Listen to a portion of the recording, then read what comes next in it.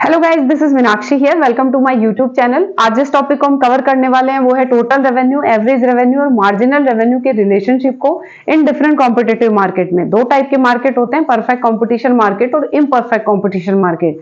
पहले हम perfect competition market में इन तीनों के रिलेशनशिप को देखेंगे और उसके बाद इम्परफेक्ट कॉम्पिटिशन मार्केट में। वीडियो स्टार्ट करने से पहले एक रिक्वेस्ट है, अगर चैनल पे नए हैं तो चैनल को सब्सक्राइब जरूर कर लें, बेल आइकन जरूर हिट करें ताकि न्यू अपलोडेड वीडियो आप मिस ना करें, और अपने दोस्तों के साथ इसे जरूर शेयर करें ताकि उनके भी हेल्प हो सके। चलिए वीडियो स्टार्ट करते हैं। टोटल रेवेन्यू, एवरेज रेवेन्यू और मार्जिनल रेवेन्यू क्या होता है, इसे कैसे कैलकुलेट करते हैं, ये हम ऑलरेडी डिस्कस कर चुके हैं। अगर वो वीडियो आपने जाके नहीं देखा है तो मैं लिंक डिस्क्रिप्शन में डाल दूंगी, आप वहां जाके वो वीडियो चेक कर सकते हैं। यहाँ टोटल रेवेन्यू, एवरेज रेवेन्यू और मार्जिनल रेवेन्यू के रिलेशनशिप को हम समझेंगे सबसे पहले परफेक्ट कंपटीशन मार्केट में। हमें पता है परफेक्ट कंपटीशन मार्केट वो मार्केट है जहां फर्म के लिए प्राइस क्या होती है, फिक्स होती है।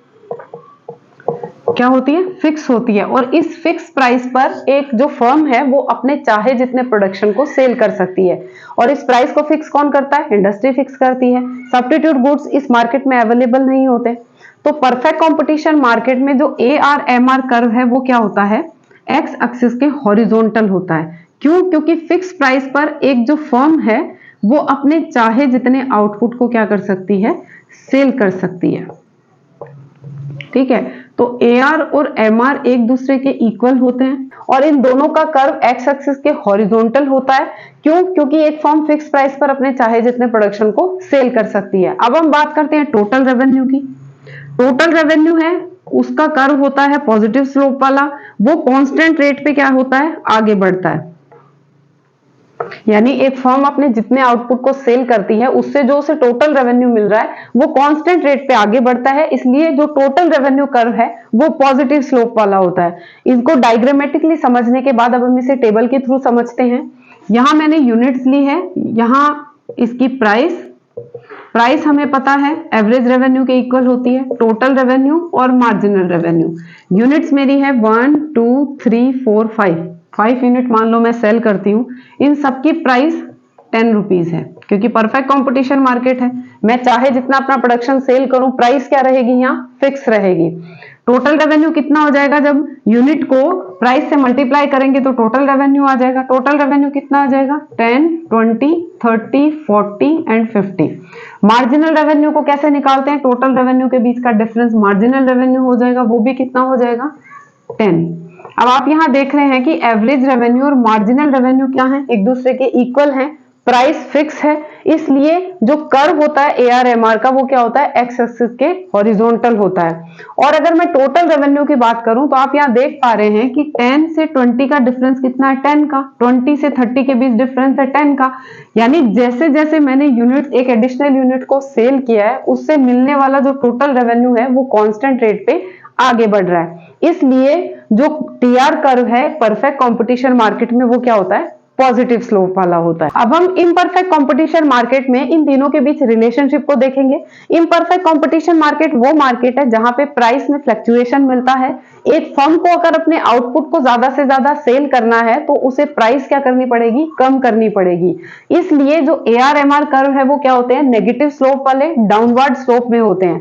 और टोटल रेवेन्यू जो कर्व है वो पहले घटती हुई रेट पे बढ़ता है और एक पॉइंट के बाद में वो घटना शुरू हो जाता है।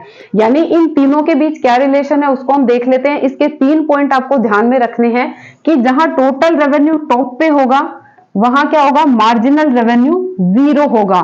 जहां टोटल रेवेन्यू घटती हुई रेट पे बढ़ रहा है वह मार्जिनल रेवेन्यू क्या हो रहा है? घट रहा है। और जहां टोटल रेवेन्यू ने घटना शुरू कर दिया वहां मार्जिनल रेवेन्यू क्या हो गया? नेगेटिव हो गया। इस रिलेशनशिप को हम इस टेबल के थ्रू समझते हैं। आप इस टेबल में देखिए कि जैसे जैसे यूनिट्स को ज्यादा से ज्यादा सेल कर रहे हैं वैसे वैसे फर्म ने क्या किया? प्राइस को कम कर दिया। पहले 20 थी, फिर 19 18। और जब हम टोटल रेवेन्यू को देखें तो टोटल रेवेन्यू बढ़ तो रहा है, पहले 20 था, फिर 38, फिर 54 68। टोटल रेवेन्यू क्या बढ़ तो रहा है, लेकिन किस रेट पे बढ़ रहा है? घटती हुई रेट पे बढ़ रहा है। इसलिए जो MR है वो क्या है? घटता हुआ है। लेकिन वो AR के कंपेयर में क्या है? कम है। इसलिए जो MR कर्व है वो AR से नीचे होता है। अब इस रिलेशनशिप को इस टेबल में देखिए कि टोटल रेवेन्यू जहां घटती हुई रेट पे बढ़ रहा है वहां MR क्या है? घट रहा है। यानी टोटल रेवेन्यू जहां घटती हुई रेट पे आपको दिख रहा है, बढ़ रहा है, वहां MR क्या हो रहा है? घट रहा है। टोटल रेवेन्यू जहां टॉप पर है वहां एमआर क्या होगी, 0 होगी। टोटल रेवेन्यू यहां 11 यूनिट पे टोटल रेवेन्यू क्या है, टॉप पर है, तो वहां एमआर कितना हो जाएगा, 0। ठीक है, और टोटल रेवेन्यू जहां घटना शुरू कर देता है वहां एमआर क्या हो जाता है, नेगेटिव। यानी इस पॉइंट के बाद में अगर और एक्स्ट्रा यूनिट सेल की जा रही है और एक एडिशनल यूनिट को सेल किया जा रहा है तो टोटल रेवेन्यू क्या हो रहा है, घट रहा है। पहले 110 था, अब क्या हो जाएगा, 108। तो जो मार्जिनल रेवेन्यू है वो क्या हो जाएगा, नेगेटिव हो जाएगा। ये इन तीनों के बीच रिलेशनशिप है डिफरेंट कॉम्पिटिटिव मार्केट में। आई होप आपको वीडियो समझ में आया होगा। वीडियो अच्छा लगे तो लाइक बटन हिट करना ना भूलें। Thank you.